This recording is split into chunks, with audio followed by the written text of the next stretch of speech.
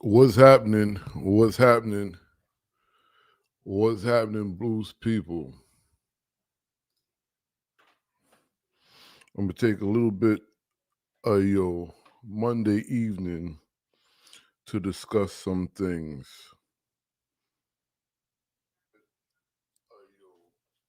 Oh, look at this.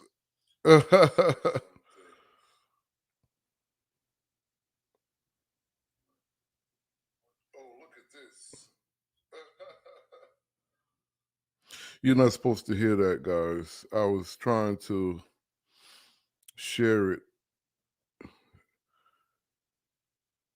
and I got a little discombobulated. But that's all right. You know what I mean? That's all right.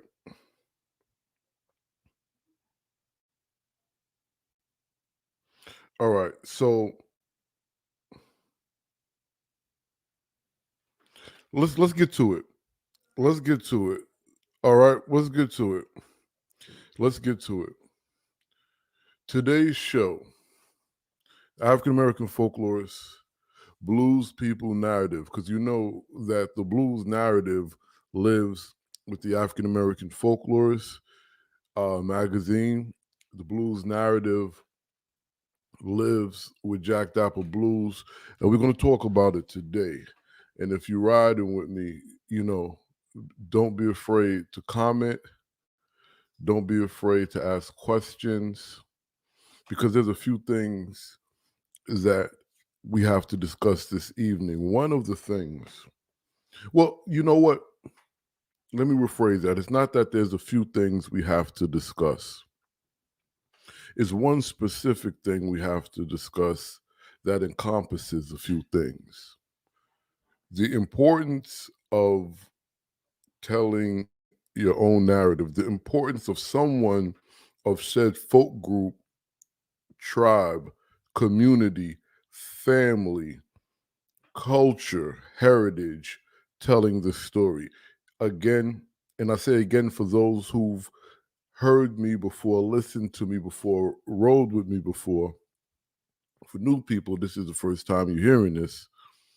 I am not omitting, disregarding, or pushing away someone outside of any particular community, culture, folk group, and the like to not participate and share the story and things of this nature. What I am an advocate for, regardless of who you are, what your ethnicity is, what your racial makeup is, what they classify you as, you have an obligation, if to no one else yourself, to make sure you tell the story of your groups and your people. You know what I'm saying? What's happening, Kyle? Thanks for riding with me, bro. So, with that being said, we're going to discuss a couple of things that for me is evidence to why we should always, and when I say we, I'm not just talking about the so called Black or so called African American. I'm not just talking about the blues people. Everyone from a particular folk group, community, etc., should take the responsibility of telling their story. Excuse me. So we're going to start with this. On November, now, mind you, today is November 22nd. Still here. In some places, depending on your what time zone you're in or what part of the world you're in, it is already November 23rd. But here, it is November 22nd. And the reason why that is important is because what we're going to talk about this evening. We're starting with Robert Johnson. Because as of tomorrow, November 23rd, in 1936, Robert Johnson took part in what's considered the most historic and iconic record session in not only blues history, but American music history. Now, if any of you listened to my broadcast yesterday when I was on the radio playing blues, just the music and chopping it up with the people, some of you may have heard me speak about this, right? I want to go into more detail this evening. Okay, so now here's an excerpt from a website. I don't even remember what it was because so many people are experts on Robert Johnson. And mind you, I'm going to start it off with this disclaimer. This is not anti Robert Johnson because Robert Johnson was a hella musician when he was alive. This is not anti any non so called black folk that revere him as a musician or likes to share his story. This is just simply why those of the family, community, culture, tribe should always be part when someone is telling the story of someone else or someone else's culture. So it says Robert Johnson's first ever recording session took place on November 23rd in 1936 at the Guntner Hotel at 205 East Houston Street in San Antonio, Texas. Vocalion producer Don Law had booked two adjoining rooms, one for the recording equipment and one for the musicians. Johnson recorded 8 tracks during that section, including the classics Sweet Home Chicago, I Believe I'll Dust My Broom, and Terraplane Blues. He got some money for it, okay? Now, here's where it gets a little murky because there's a couple of different stories. One story is that, like this person, I should have took this person's name down so I can credit him, even though I should have done that. But he says that Robert Johnson ended up going to jail and having to call Don Law to get bailed out. There's also stories where Robert Johnson wanted to meet, he hooked up with a chick, called the dude, asked for some money so he can get a room and something to eat, whatever. That's not, well, that is actually some of the point of the story, right? Because what happens is, and this is the hotel that you're looking at, right, where this took place. Throughout the many years of my research documenting playing blues, talking to blues musicians, blues historians, enthusiasts, purists, and all of the above, throughout the many years of doing this, the one thing that is, how can I say, it's a thread throughout all of these years, particularly from non-black blues musicians or enthusiasts, historians, and those who are all of the above, that Robert Johnson's 1936 November 23rd recording, again, like I said at the top of this broadcast, is the most historic.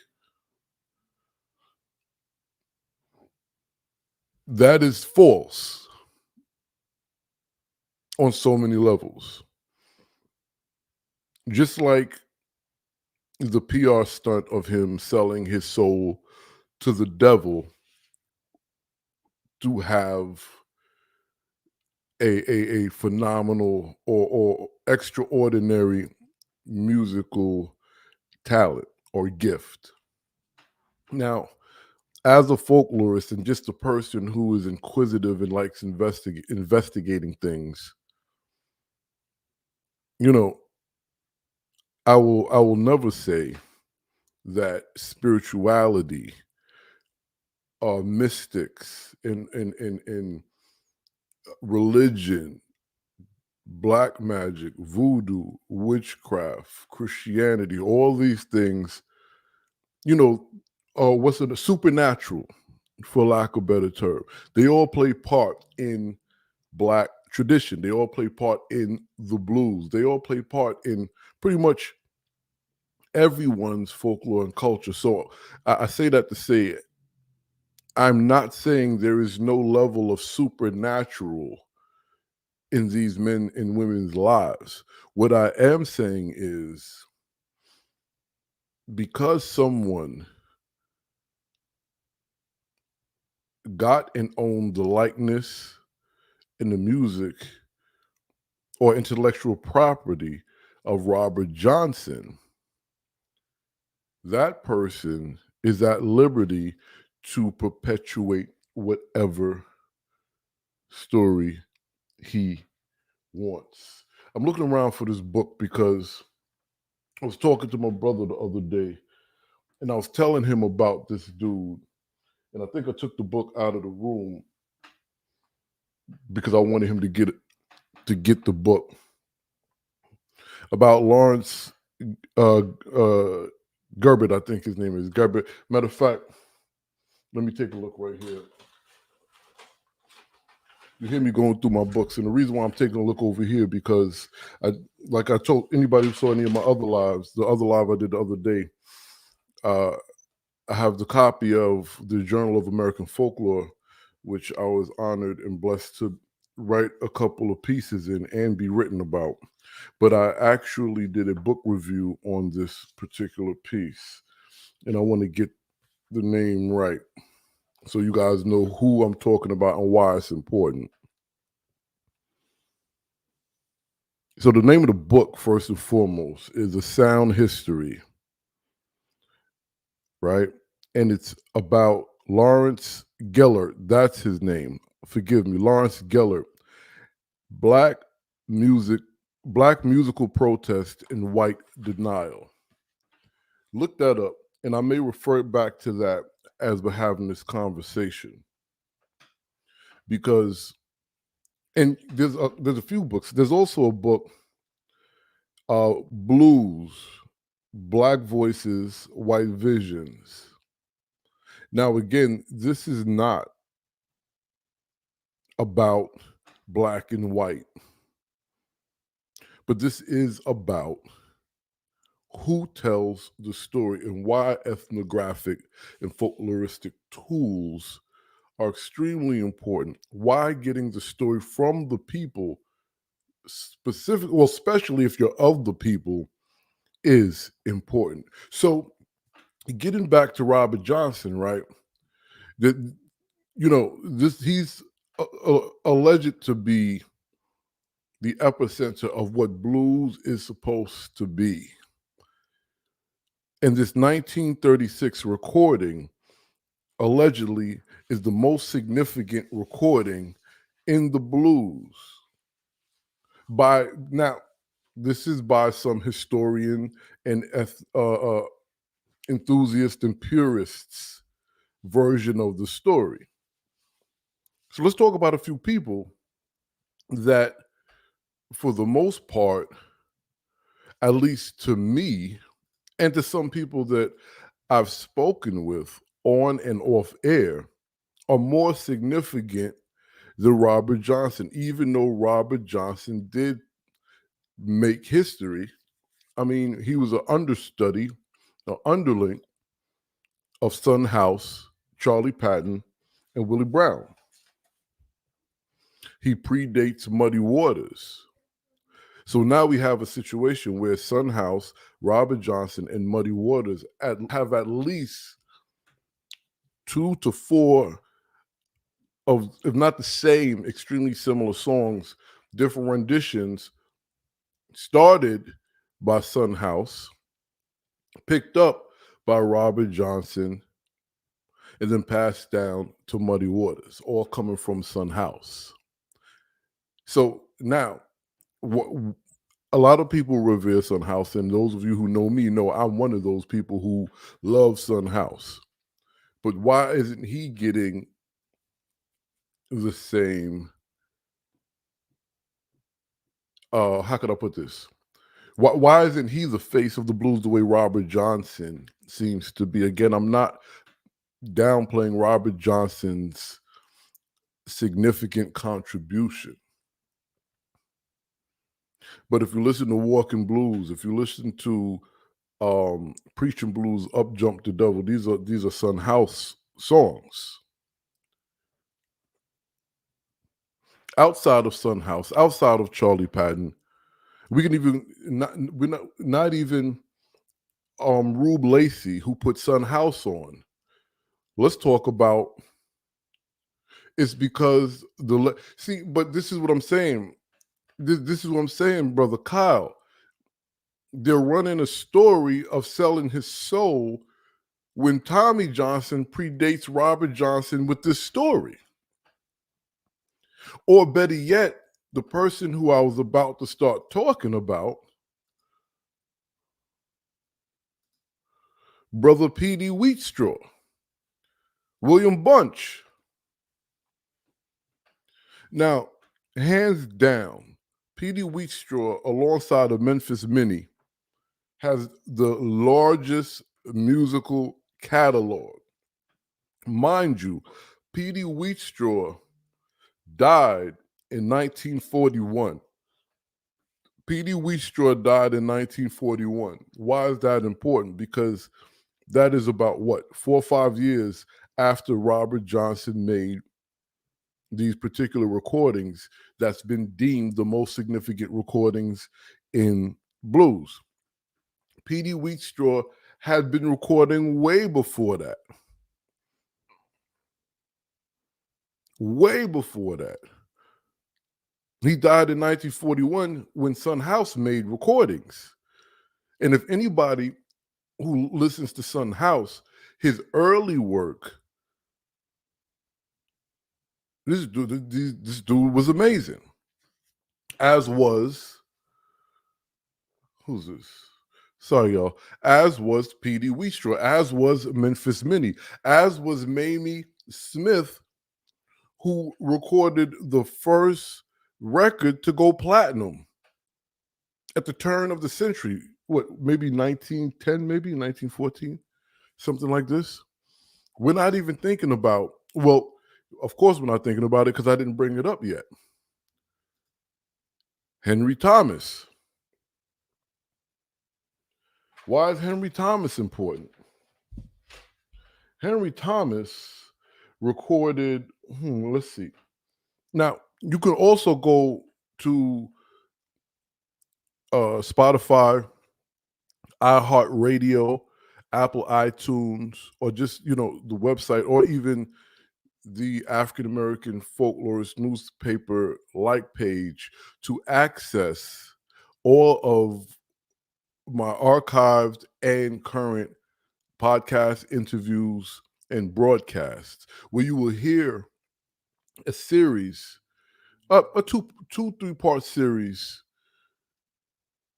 podcasts that I produced and worked with Dom Flemings, where we discussed Henry Thomas in full detail. And Henry Thomas, between the years of 1927 and 1929, recorded at least 25, maybe 27 songs. And if you want to speak in regards of significance, and again, I'm not taking away anything from Robert Johnson, because this dude was fierce when it came to being a musician. But Henry Thomas, like Elijah Cox, was a conduit between the old way and the new way, the old music and the current people of the time. Henry Thomas made a significant contribution, not to mention his unorthodox style of playing the panpipe while playing.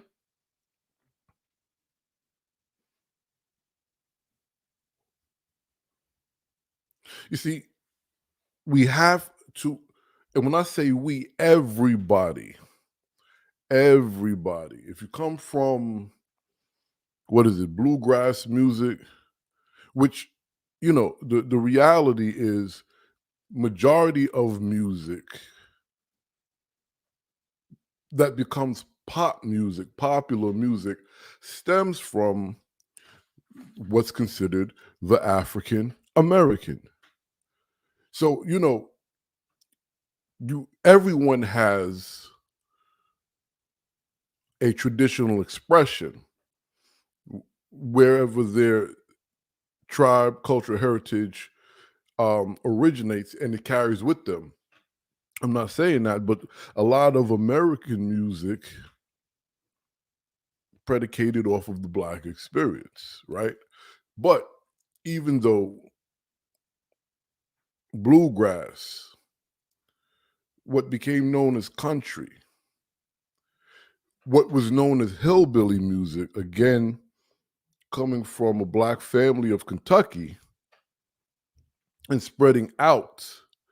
And you can also go to WKYU.FM or NPR One to and search up the African American folklores, where I interview and speak in detail about this particular family and a couple of Black guitarists and musicians of the early days of Kentucky, the inception of of Kentucky in these places, where their influence and them sharing their musical skill, style, and phrasing, they share it, they teach it, they play it with white musicians who go on to be the face, the forefathers and mothers of cultural music of white Southerners.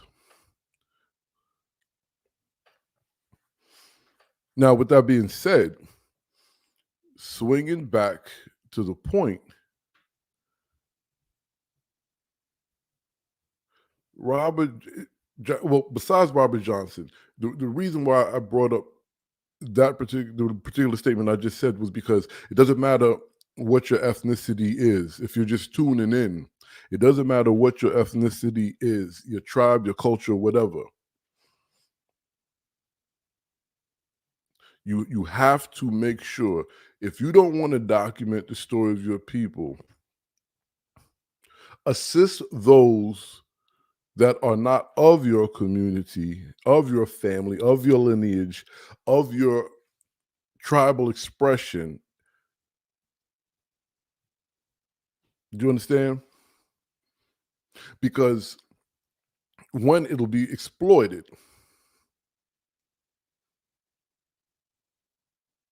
And two, it's not always malicious, but sometimes it is malicious. And when I say malicious, you have to protect the lie. What do I mean by that? Now, I just told you about this book. I told you I was going to get back to the book. Didn't I tell you I was going to get back to the book? I should have brought up a picture of this guy. I might do that so you guys can look it up, and I might bring up a picture of the book. But I told you I was going to come back to Lawrence Gillard. Lawrence Gillard was a Hungarian Jewish folklorist. He hated the term folklorist. He hated folklorists. If memory serves me correct, he's out of Bronx. I know he's out of New York, and he ended up going down south. Now, he made significant contributions in the early Black arts movement. He worked with Sterling Brown. He worked with Langston Hughes. He worked with the Black Theater of Harlem. You know, he did a whole bunch of things. But one of his major and significant contributions to ethnography, ethnomusicology, folklore, and the preservation of a folk group and their tribal or cultural expression is when he documented Black songs of protest. Now, these songs were documented maybe the 20s. He did it quite a few times, I believe in the 20s, 30s, 40s, if I'm not mistaken. But the issue became the songs that he recorded, documented, and wrote about did not mesh gel nor reflect the version of the story a particular group of folklorists, historians, ethnomusicologists, and ethnographers were pushing. Now, it wasn't just his documenting of Black protest songs, because he pretty much had issue with all flip floppers, right? He had issues with all flip floppers, and he speaks about it in detail. But the point was, he was not omitting integrity. He was not omitting what we are supposed to do as folklorists and ethnographers and ethnomusicologists, which is to put the people that we are representing, studying in some cases, and documenting first. He actually did that. And what they did was went on an onslaught of perpetual discrediting of this man's work. Of course, he didn't go for it, but at the same time, he didn't care because he didn't like the bureaucracy of the field. It just so happens what ended up happening. You like to write, it just so happens what ended up happening. Time and technology caught up to each other, and they were able to bounce what he recorded onto a playable device and was able to hear the songs that he recorded. And it's I believe it's in Indiana right now. Was it Bloomington, Bloomingdale? It's in Indiana right now. Indiana University, if I'm not mistaken. I believe that's where it lives right now. Actually, Lawrence Gellert is a perfect example of someone not of the people or the culture or the tradition or the community that had enough respect, chutzpah, and integrity to honor their voices. And this is why I keep saying or making the disclaimer, this is not about color or this is not being divisive. This is making sure that anyone outside of a particular group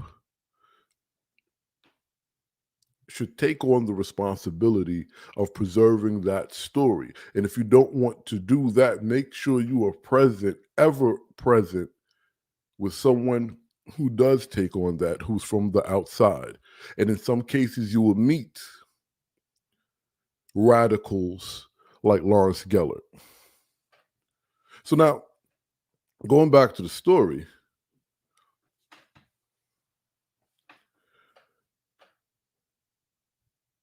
Robert Johnson allegedly has made the most significant recordings in 1936. Now, again, you have to be careful who is telling the story. Son House, who I just brought up and I'm bringing up again. Son House, who again, Robert Johnson was an understudy. And you can go on YouTube. I'm not even going to tell you the story. You could just go to YouTube, type up the story, and you will hear Son House himself tell the story of his experience with young Robert Johnson.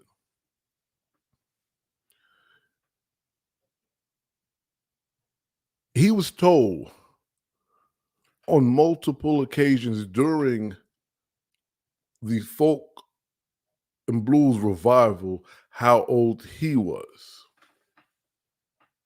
Just let me explain. Let me say this again. He was told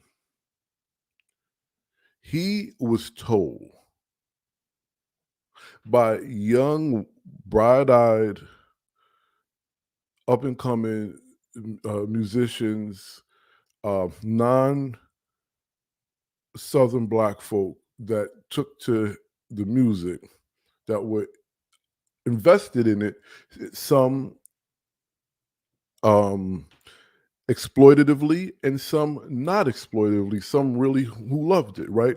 But they were telling him how old he was. And it did not matter how much he refuted this misinformation, they continued to tell him how old he was. Now, there's something very wrong here, right? Because that's still, and I hate to use this term. So, you know what? I'm not going to use this term. What I will say is that's marginalizing the voice of the people that you claim to have reverence for. That's how I'll word that.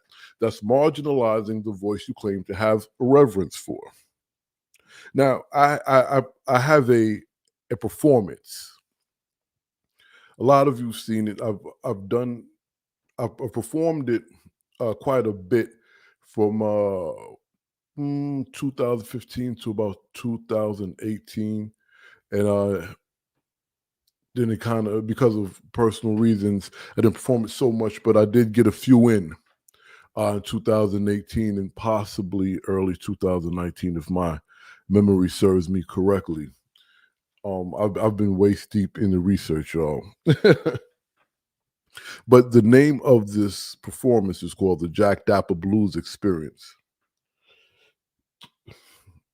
What is original songs with storytelling, and the stories of my connection, my family's connection, my lineage connection to the blues, us as blues people. This pretty much the start of the blues narrative.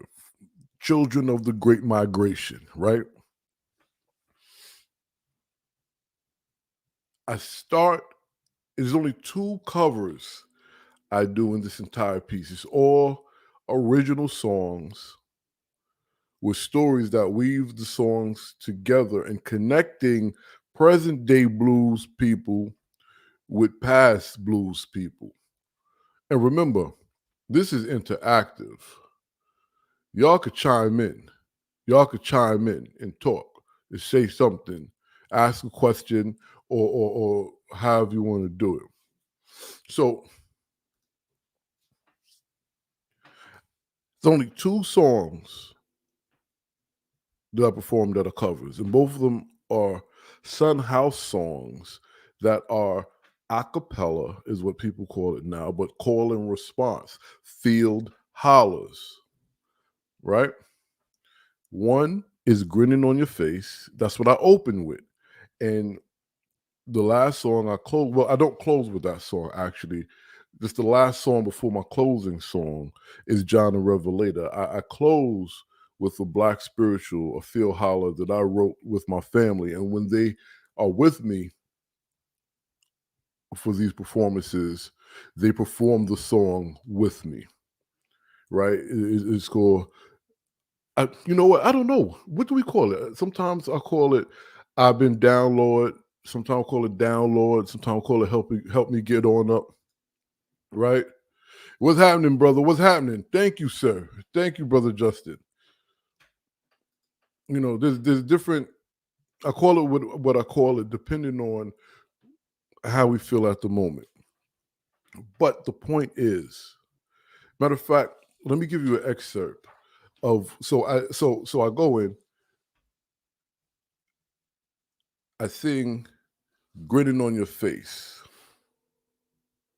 right? And then this is how I pretty much start the set. After I finish singing "Grinning on Your Face," I tell the audience who sang it, when it was recorded. Then I go into this. This is what I say during the performance. This first thing. This is how I start. It's been said that Son House's legal document states he was born in 1902. However, he himself, Son House, claims he was 79 in 1965 during the revivals, which would mean he was born about 1886, right? Now, he died in 1988. So either he was 102 years old when he died, or here's the relation, like all of my grandparents from that region, he never truly knew his birth date. Now, this is where, I mean, it's very important, as you all know, but this is where it really gets important. Not that it wasn't before, but this is the doozy. Besides the fact that my mother's father, my grandpops, knew all these cats coming from my grandparents coming from the region of Natchez and Amorite, Mississippi, Gloucester, and my father's pops knew the other cats, because they come from Louisiana, Belrose and Gonzales.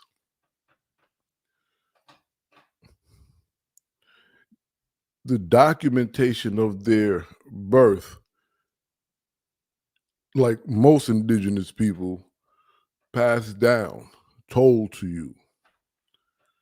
But because of what was happening on the American soil at that time, documentations was being falsified. Now, that's going to be another presentation when I speak about the reclassification of the people of that region. What I will say, though,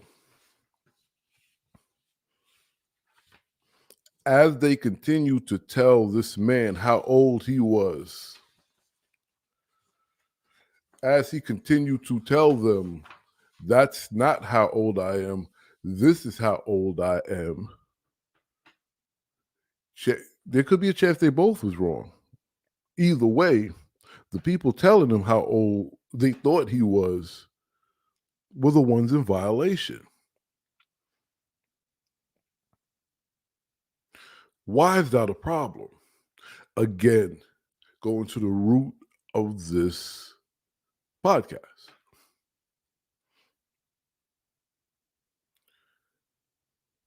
You have to document your story.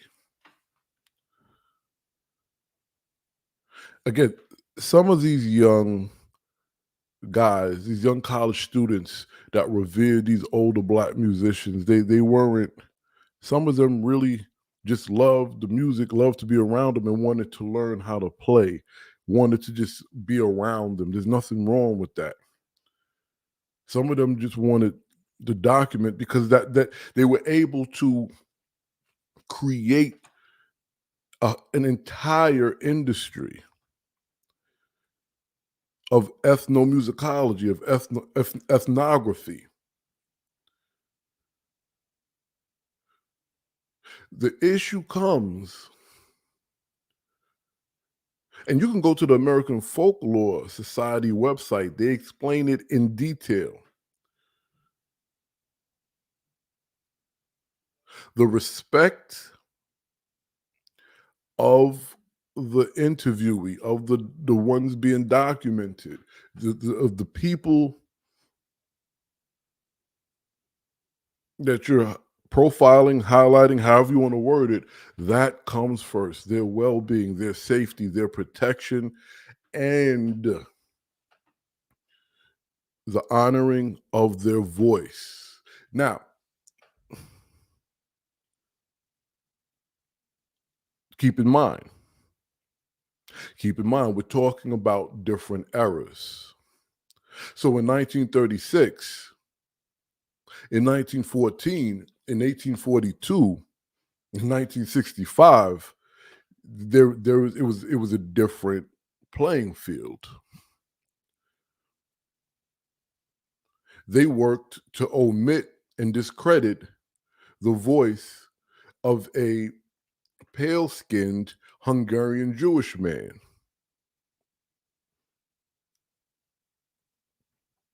So I don't find it crazy that they would be telling a Black man what they think he needs to be knowing. I get it.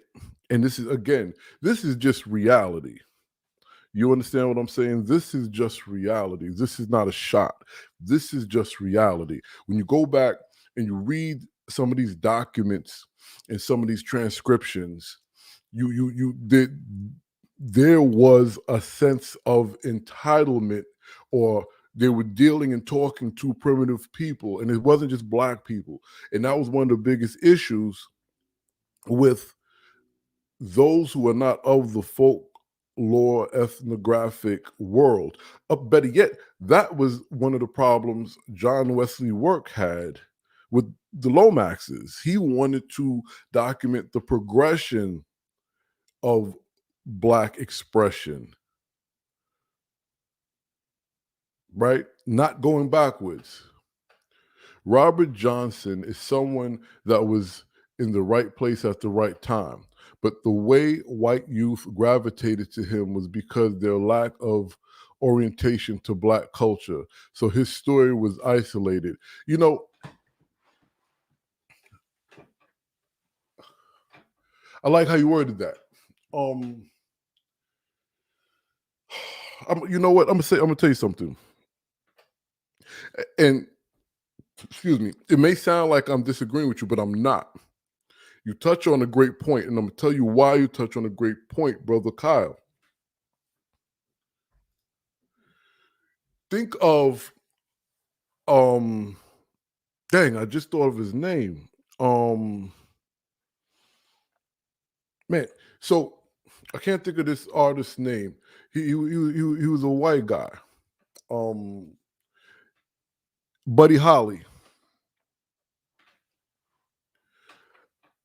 Now, if you watch the movie or any documentaries about Buddy Holly, there's two things that's always pushed to the forefront. One, it took him some time to get a record deal because when he would send his music, the labels loved him. When they invited him down and saw that he was white, they was like, "What the hell? We thought this was a black group. We can't sign you." Where did he get that style of music from?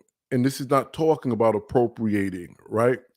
Is because he actually used to sneak outside, I guess, into a car or something, to listen to the black music stations, or what they called race records, right? He listened to race records. And remember, race records was, how you say, another form of segregation. Robert Johnson was isolated. Now, this is my perspective, my how I received this situation, but he was isolated not necessarily based on the segregation of black culture and white audiences. He was isolated because of the marketing and exploitation of a dead man's story.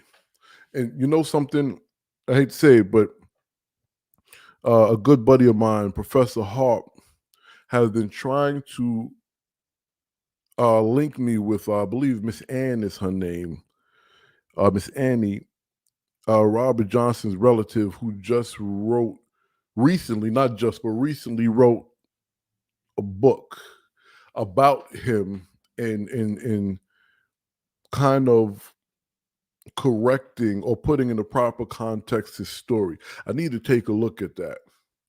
I really need to take a look at it. I have not.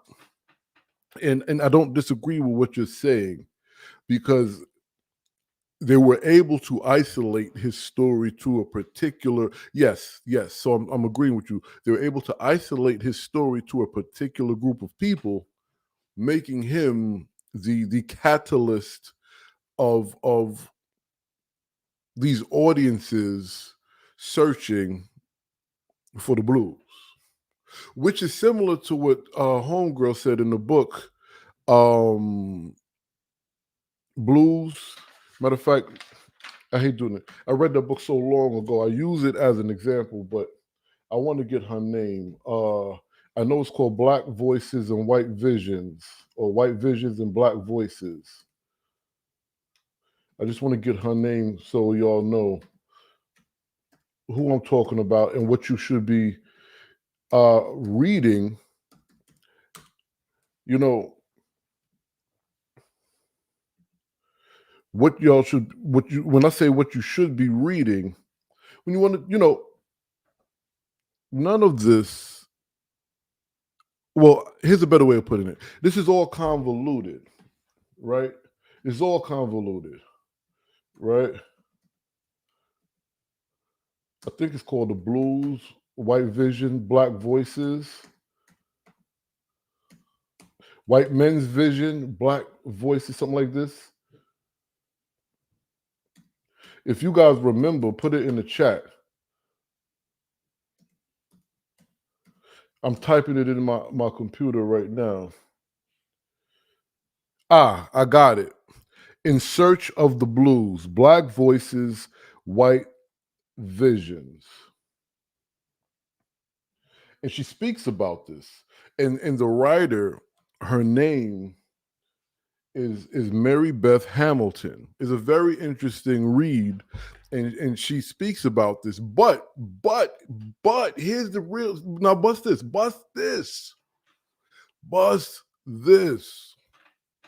Yeah, I just told my age. I said bust this. And we're gonna talk about this man in a minute. This is Elijah Cox. But bust this. Meredith Hamilton doesn't even like the blues. That's the first thing she shares with us in the book.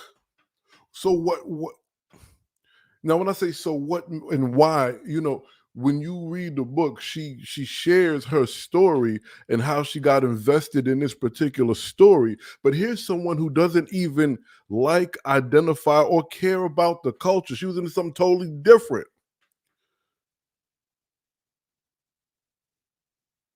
right? And and the issue with that is that now everybody doesn't go into something as a blank page.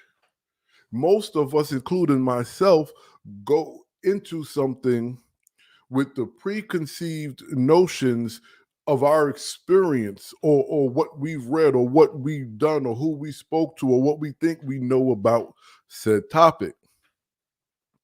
So if you're going into something and you don't even have a love, a like, or interest, then we have to really, we got to put your story under a microscope a bit, and she made a lot of good points. But to be fair, is a little one-sided. Now, Elijah Cox is an interesting story. He, to me, qualifies as the old country folklorist, ethnographer, musicologist, if you will, folklorist, if you will. Why do I say that?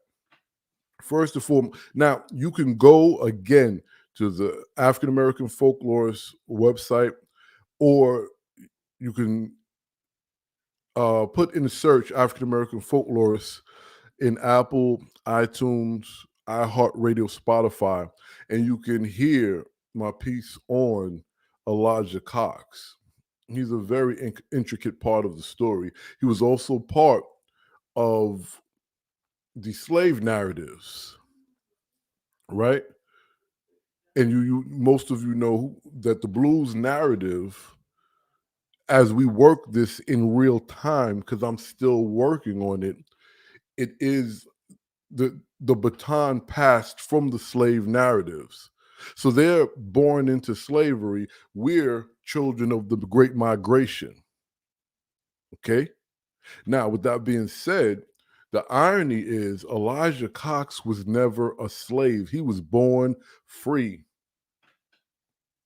He was a Buffalo Soldier. He was stationed in San Angelo, Texas.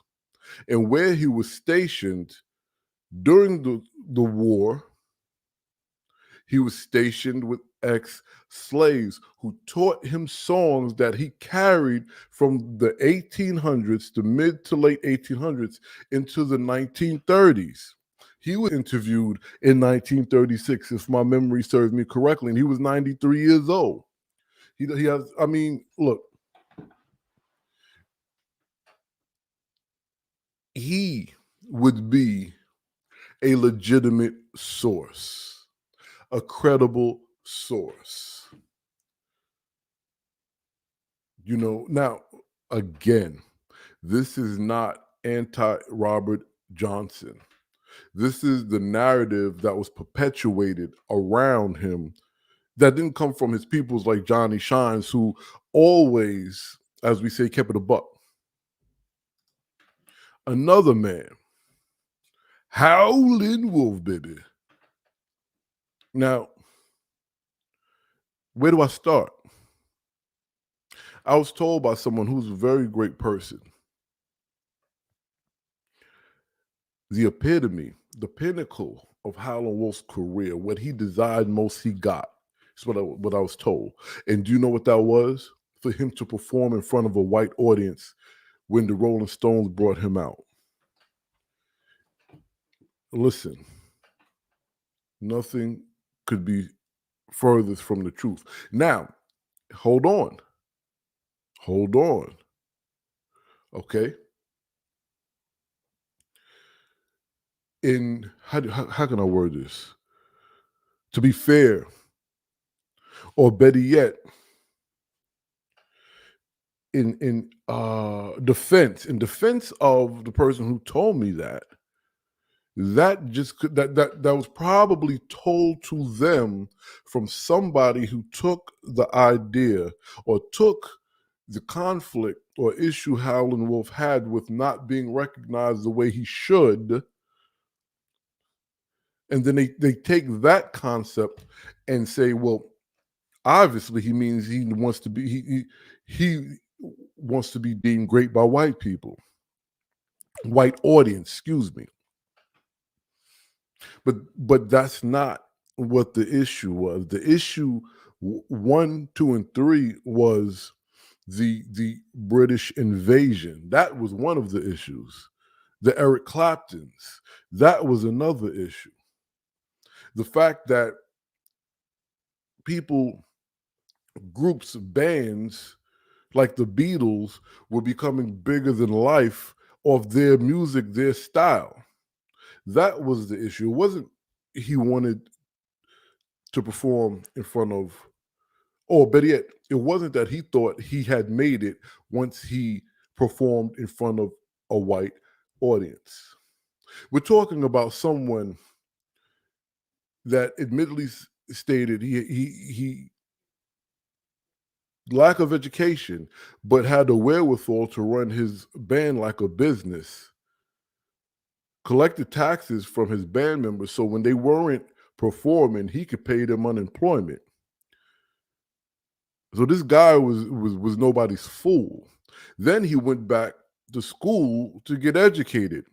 I believe he got a honorable doctorate, if I'm not mistaken, or honorable master's from Chicago University. If I'm wrong, put it in the chat. But it's something to that effect. Which is why the G belongs on the end of his name, spelled correctly. But this goes back to, and again, I'm not talking about the person who shared the information with me. I'm talking about where the information came from. Somebody told this person, this is what Howlin' Wolf wanted.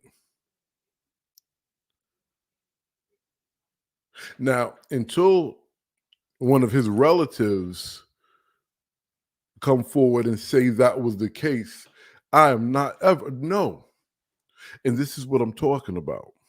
Again, not racial, narrative, not divisive, encouraging people to be more responsible. That goes for me too. When you're telling your story, your people's story, and other people's story. That's what I love about folklore, ethnography. particularly now, because everybody's taking it very serious to not just preserve the stories, but protect the voices and the people. More importantly, the people these stories come from. I didn't even get to Memphis Minnie in the book. I speak about this a lot. I don't want to beat that into the mud. You know what I'm saying? But either way, I appreciate y'all hanging out with me. What I will say is go to our Patreon page. We got a couple of programs up already. The newspaper is no longer a newspaper, it's a news magazine, a cultural news magazine, a folklore news magazine, a ethnographic magazine, a ethnomusicology magazine. Listen, check it out. Go to the Patreon page, become a Patreon. Okay? Celebrate Robert tomorrow. And while you're thinking about his undeniable contribution to the blues people, just remember the other folk that predate, also those that came after, like Brother Quan, John Tavius Willis, Brother Marquise Knox, Piedmont Blues, and a whole slew of folk who did the Robert Johnson Challenge during the quarantine. Think about our blues folks that are living right now.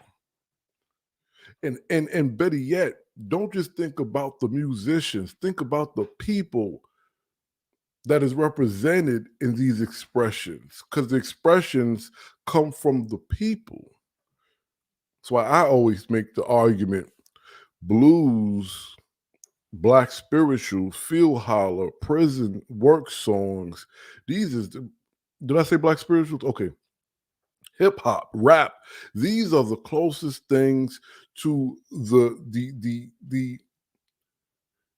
dictionary definition or the fundamental definition of what folk music is. Y'all have a good night. I'm about to go sit down with my family. They probably ate already. If they didn't, I'm gonna go eat with my family. I'll be speaking with y'all soon. If you have anything y'all want me to address or you want to talk about or whatever, just shoot the email. Make sure you follow the African American Folklorist newspaper on Twitter. Follow Jack Dapper Blues on Twitter, Instagram. Do I have? Yeah. And just jump on this, but make sure y'all jump on the news magazine. We refaced it, rebranded it, same thing, just more upscale. Great content, because the whole purpose is tell the story, encourage the people to tell their story, and have a place for everybody to be able to present and have their story lives. Y'all be cool.